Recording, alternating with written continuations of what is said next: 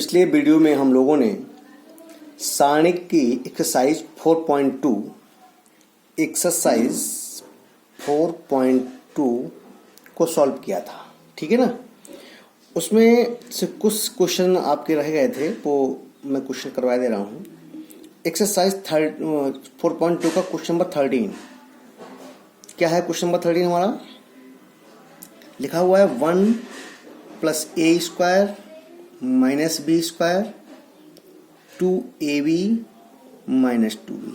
Right, यह है आपका 2ab 1 - a² + b² 2a 2b - 2a 1 - a² - b² is equal to 1 + a² + b² का whole cube.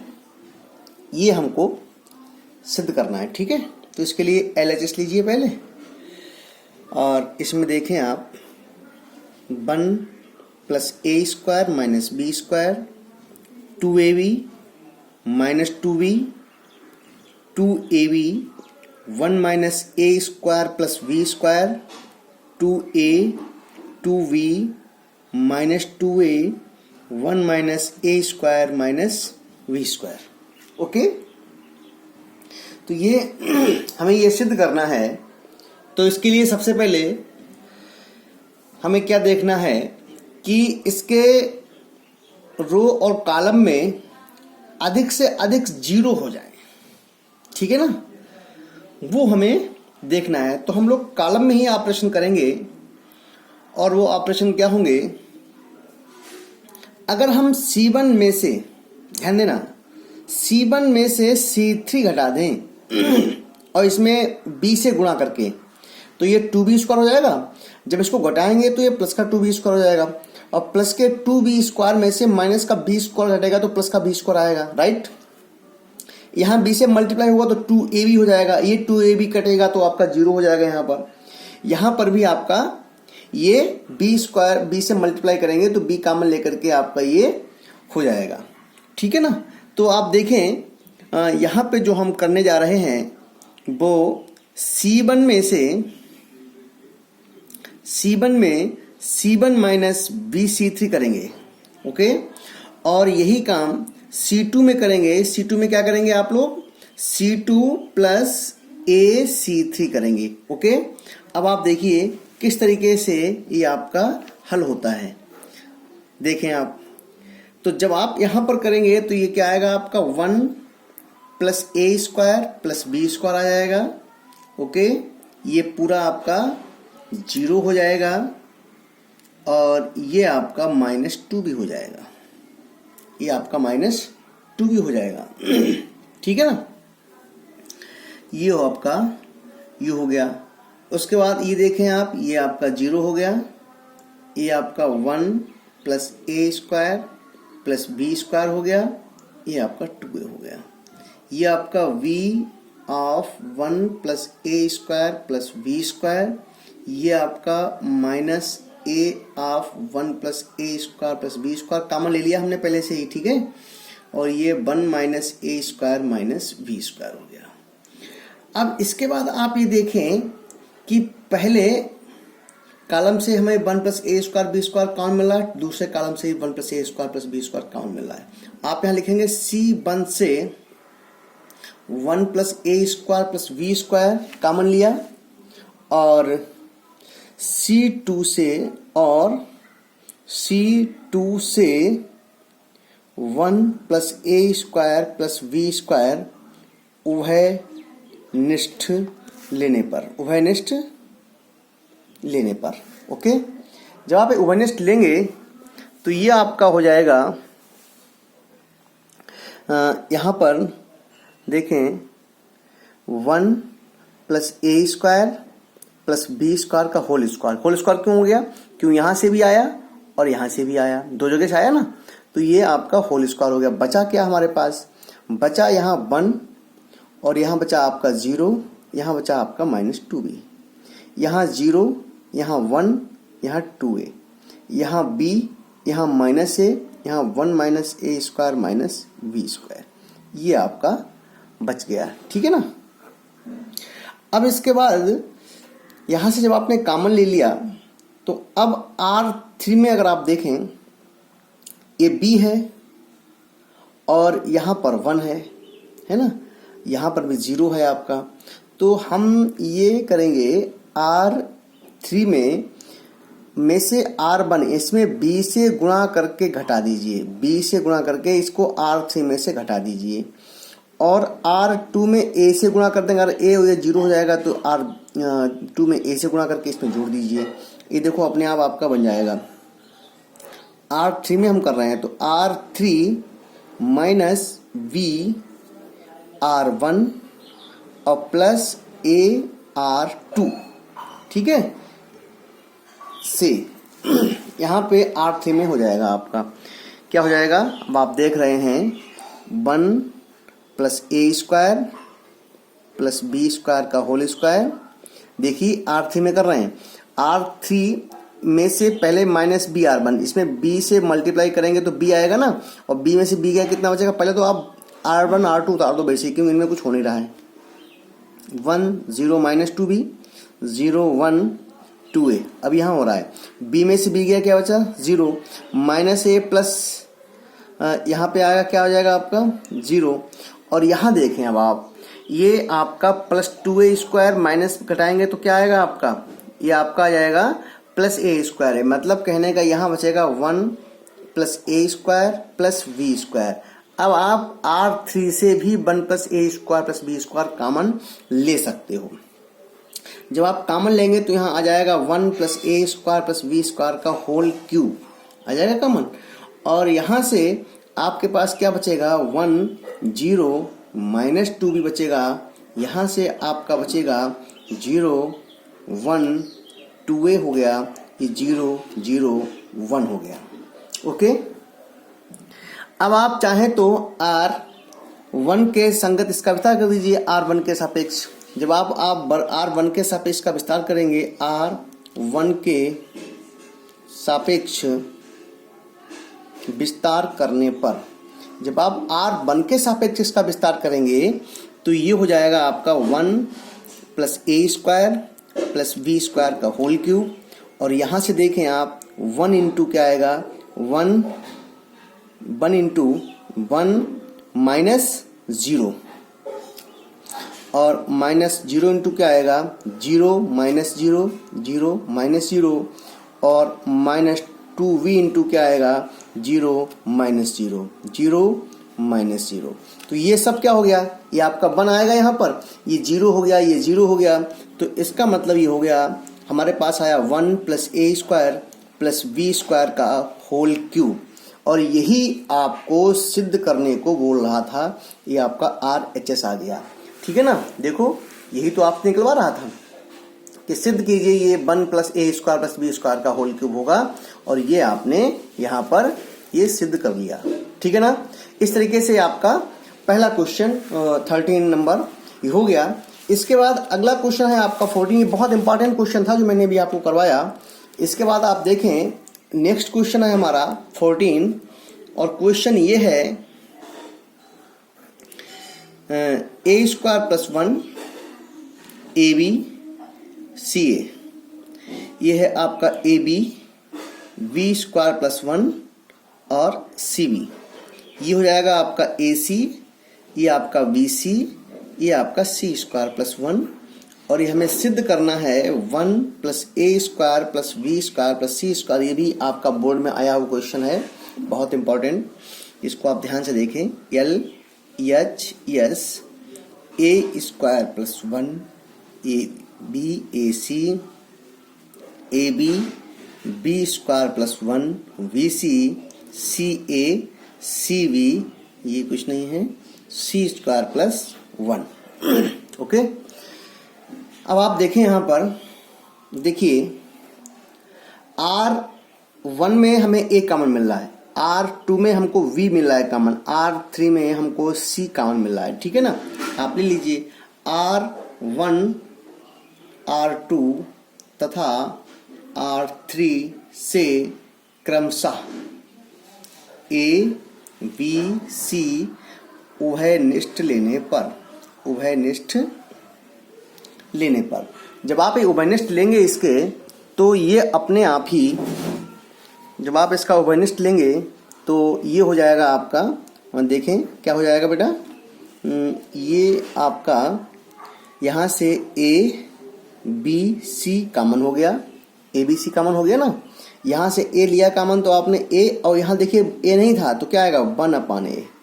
यहाँ से बी बचा, यहाँ सी बचा, यहाँ आपका क्या बचा ए बचा, यहाँ b प्लस 1/b, यहाँ आपका क्या बचा सी बचा, यहाँ से सी लिया कामन तो a, यहाँ b, और यहाँ आपका आ गया c प्लस 1/c, ये आ गया। ओके, जब आपने ए बी सी कामन ले लिया यहाँ से तो ये आपका हो गया। अब आप देखें R2 और R3, R2 में से अगर R1 घटाएंगे तो A में से 1 गया, यहाँ 0 आ जाएगा, यहाँ B से B गया, यहाँ भी ये 0 आपका स्टेप हो जाएगा, ठीक है ना, और यहाँ आपका ये 0 हो जाएगा। उसके बाद में इससे इसे घटाएंगे तो यहाँ 1/a आएगा माइनस का, ये आपका 0 हो जाएगा, यहाँ माइनस का, यहाँ 1/c आएगा। तो यहाँ पर ये मैं कर रहा हूँ, आप ध्यान से देखें, ये ए बी सी ये आपका हो गया। यहाँ पे थोड़ा सा मैं आपको बता रहा हूँ, R2 में क्या करेंगे, R2 माइनस R1, और R3 में भी करेंगे R3 माइनस R1, दोनों में से हम R1 घटाए दे रहे हैं, ठीक है। तो ये देखिए घटाइए R2 minus R1, R2 minus R1 जब करेंगे तो ये देखिए इसको करेंगे तो यहाँ क्या आएगा माइनस का, R1 में कुछ नहीं किया गया तो R1 आपको जैसा है वैसे रख दीजिए, a प्लस 1/, केवल R2 R3 में चेंजिंग करनी है, a प्लस 1/a b और c। यहाँ से घटाएंगे तो क्या आएगा आपका R2 माइनस R1, माइनस का 1/a आएगा, ये 1/b आएगा यहाँ पर, और ये 0 हो जाएगा। यहाँ पर आपका माइनस 1/a आएगा, ये 0 हो जाएगा, और ये आपका 1/c आएगा। ओके, तो a b c। अब आप देखें इसमें और क्या हो सकता है, यहाँ तो आपका 0 हो गया, यहाँ 0 हो गया। अब आप अगर देखें C1 में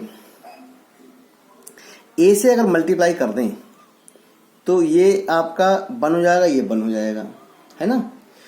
ऐसे ही अगर आप C2 में करेंगे मल्टीप्लाई तो ये आपका B² हो जाएगा, ये आपका 1 हो जाएगा। यही C में करेंगे, ठीक है ना। तो C1 C2 C3 में हम लोग क्या करेंगे, ABC से मल्टीप्लाई करेंगे। तो एक बात ध्यान रखें, हमेशा मल्टीप्लाई करने पे क्या होगा, या तो आप इस A को यहाँ पर, B को दूसरे कॉलम में, C को तीसरे कॉलम में भेज दीजिए, ठीक है ना। जब आप करेंगे, या फिर आप ये करेंगे कि ABC से भाग किया और ABC से गुणा किया। पहले कॉलम में A से जब गुणा करेंगे तो देखो बेटा, A से A में गुणा होगा तो A² हो गया, और प्लस A/A करेंगे तो क्या आएगा 1 आएगा ना। यहाँ A से करेंगे तो -1 आएगा, यहाँ A से करेंगे तो -1 आएगा, A से A कट जाएगा, या A से A कट जाएगा। यहाँ B से मल्टीप्लाई कर रहे हैं तो यहाँ क्या आएगा B² आएगा, B/B क्या हो जाएगा 1 हो जाएगा, ये 0 हो जाएगा। C की मल्टीप्लाई करेंगे तो ये C² आएगा, यहाँ 0 आएगा, यहाँ पर 1 आएगा ना। और ये पूरा आपका कट गया। अब आप देख लीजिए इसको, इसमें जो है R1 या R2 या R3 किसी के सापेक्ष अगर आप इसका विस्तार कर देंगे तो ये क्वेश्चन आपका अपने आप बन जाएगा। अब हम ये कर रहे हैं R1 के सापेक्ष, ये बचा क्या, इसको थोड़ा सा आप लिख लीजिए, A² + 1 V² और ये C²। ओके, और यहाँ हो गया -1 1 0, और यहाँ हो गया आपका -1 0 1।